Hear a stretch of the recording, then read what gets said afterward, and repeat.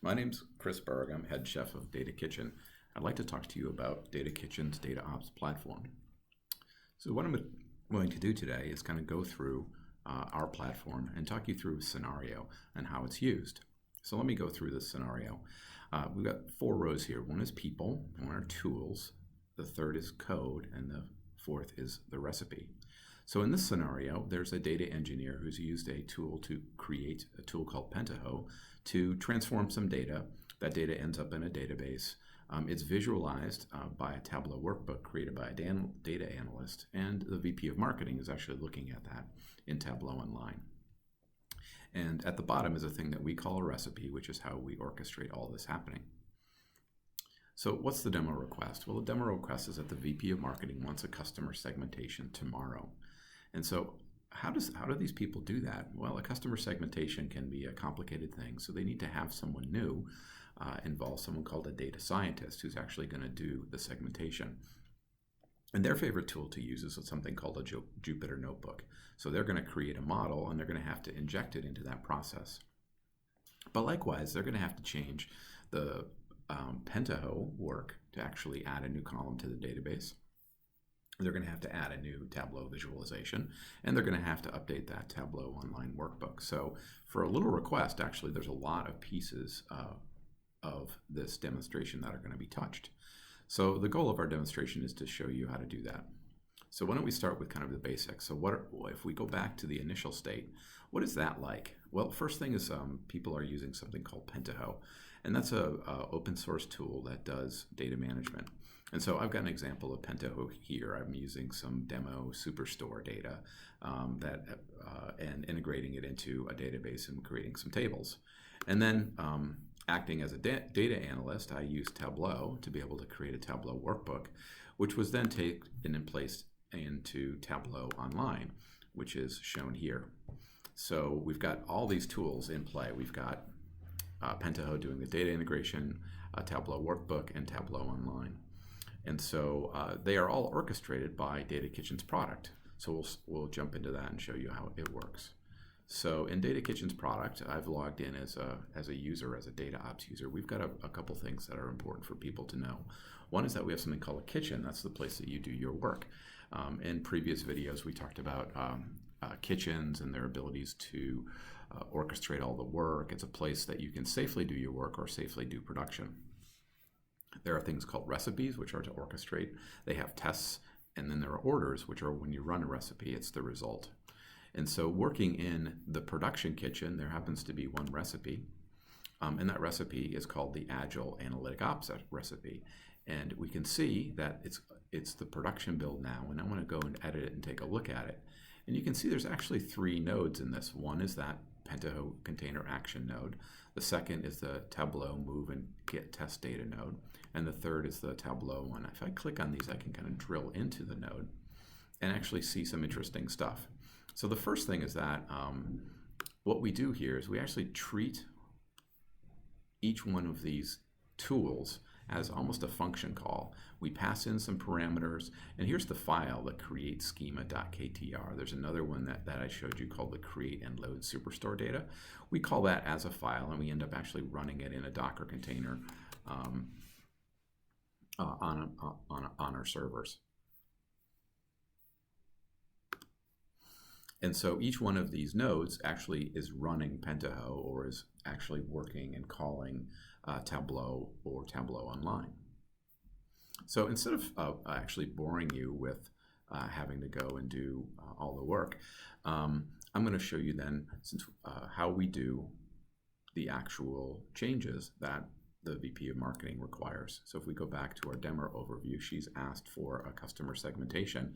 And so the data scientist has actually got to use a Jupyter notebook to create that segmentation. So if I jump into that role of a data scientist, I've got a prepared Jupyter notebook here. And in this notebook, I've gotten some data from a database.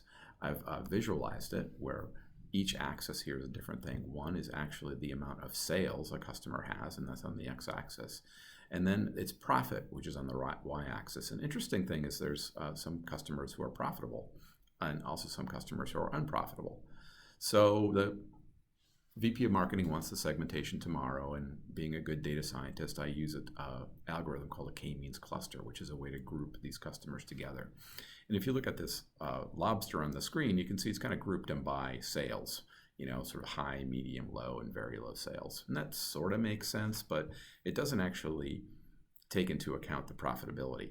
And so actually, as a data scientist, kind of make up my own rules based on some of my business intuition that doesn't use an algorithm. And that actually looks a little bit better, right? I've got my high profit, high value customers here. I've got sort of my medium profit, medium value customers here. And all the ones I'm losing money on, I'm just made in red. And so that's my test notebook that my data scientist has created. So we want to be able to take that test notebook and integrate it with all the other work that's been done, the changes that have been done to Pentaho, the changes in the visualization, and actually making it work on Tableau Online. And how we do that in DataKitchen's product is we actually go into our product and we actually work in a kitchen. And so if you notice in the upper right-hand corner, there's something called production. So we're actually going to create a kitchen to do that work in. And we're going to use a tool called the Kitchen Wizard. We're going to create a new kitchen. And kitchens are combinations of the environment, the hardware and software. In this case, we're actually going to work on the same database, but within a separate schema in the database. People that you want to work with, there's going to be recipes and orders, a set of variables and controls. And also underneath the kitchens are able to branch the code that's there and merge it together. So I'm going to create this kitchen, and I'm going to call it, the kitchen's name is Dev Sprint. Typing it in, I create kitchen, and then I'm going to go in and create the environment. And here I'm going to actually choose the option to create a new schema. And then I'm going to call that schema Dev Sprint. And then I'm going to hit next step, and then I'm going to complete the wizard. And so if I go into this Dev Sprint wizard, I can see by just kind of clicking on it that it's got a bunch of attributes to it. It's got a database. Its database is running, instead of in production, we want to call it the Dev Sprint Kitchen. And in Tableau Online, we want to work in a project in Tableau Online that's separate from production, and we also want to call that Dev Sprint. I'm going to save the kitchen details and go back. And now I'm working in production, but I don't want to work in production. I don't want to change. I'm going to actually work in the Dev Sprint kitchen now. And so all my changes then are going to take place in that separate schema, away from things, and I can be sure I won't break anything. And if I go back to my recipes, I can see that there's a bunch of recipes here. And instead of actually showing you all the details of making a recipe, I'll actually go into the Dev Sprint recipe that I've got prepared. And if you notice, this has a sort of a different layout than the one before. Instead of it being having just 2 nodes, it's got a couple of more nodes in it. And it's got this one called Python Anaconda segment, and this one that's called Load segment, in addition to the 2 other nodes. And so what do those actually do? Well, why don't I go into the Python Anaconda segment, and I switch and actually select the file that I'm working on. And if I notice in that file, I've got I'm calling the test Python notebook with a bunch of parameters, and I'm actually calling this file the test notebook IPython notebook. And I'm actually getting out of it some data that tells me that it works. So again, I'm treating the Jupyter notebook like a function call. And so that Jupyter notebook is the one that I created before when right here. This is that test notebook. So going back, I've integrated that into my environment. I'm going to go back, and I'm going to go back again. And now I'm going to actually take this and run it to see if it works. So if I look at the Agile Analytics Op recipe, I'm going to hit Create Order, and that actually starts the recipe to run. I create it, and now what's happening behind the scenes is that there's a server. That server is actually running against a specific database schema. That then it's running the model that happens, and it actually then puts the data into Tableau. So I'll look at something called orders in there, and you can see I've got an active order that's running. And if I click on it, I can actually see the progress as the recipe goes down. Some of them happen, they turn different colors as the recipe progresses over time. And one of the interesting parts of our system is that as each one of these steps in the recipe proceed, we see actual tests and logs that happen over time. And so we can see the first node happening, we can see the second node, which is actually, again, calling the Python and Anaconda segment. And we can see the log files that go by as the system runs.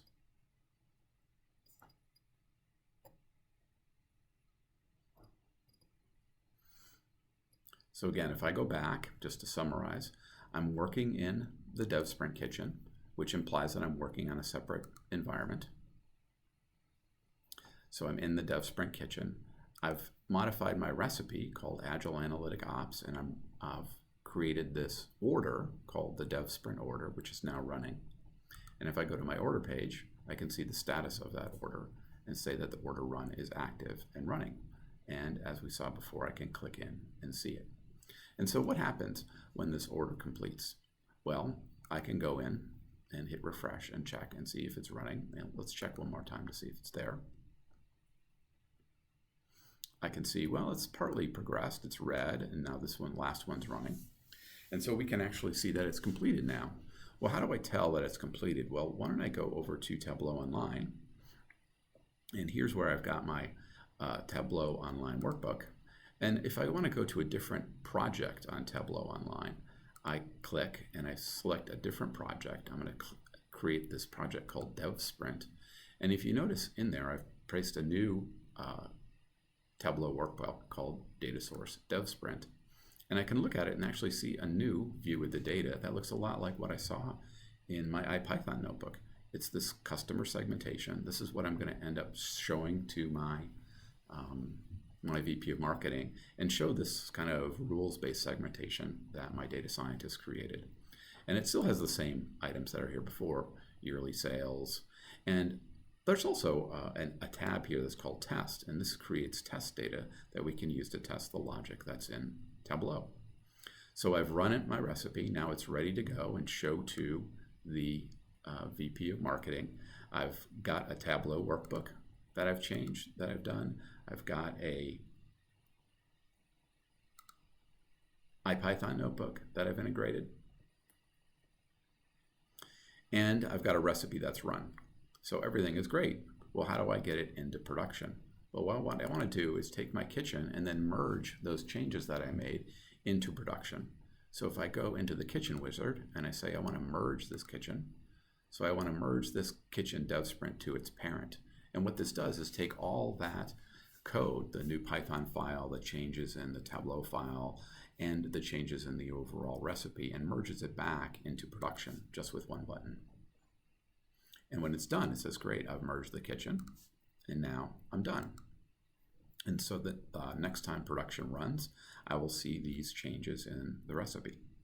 And we've been able to have this team of 3 people work together to very quickly and with high quality make changes to that recipe. And so how do we know, before we go, how do we know that it actually worked, and how do we know that it's correct? Well, one of the things that I forgot to touch on was that every time we run a recipe, we get test data. And that test data actually shows up here in each one of these. And so we've got a set of tests that have run against the data, and those tests actually test the data as well as test the logic of the data. And we can have, some of our customers have hundreds of tests that run every time. And the purpose of those tests is to test their code, to test whether the production of the data is actually correct, and they provide a lot of value. So let's go back to the demo. So our start of the demo was to be able to take what's in production, a Pentaho workbook, a Tableau visualization, answer the VP of Marketing's request, inject a Jupyter notebook and some changes to the other one, and we were able to make that and able to make the changes with high quality, fast, using all the tools that people naturally love. Thank you for your time.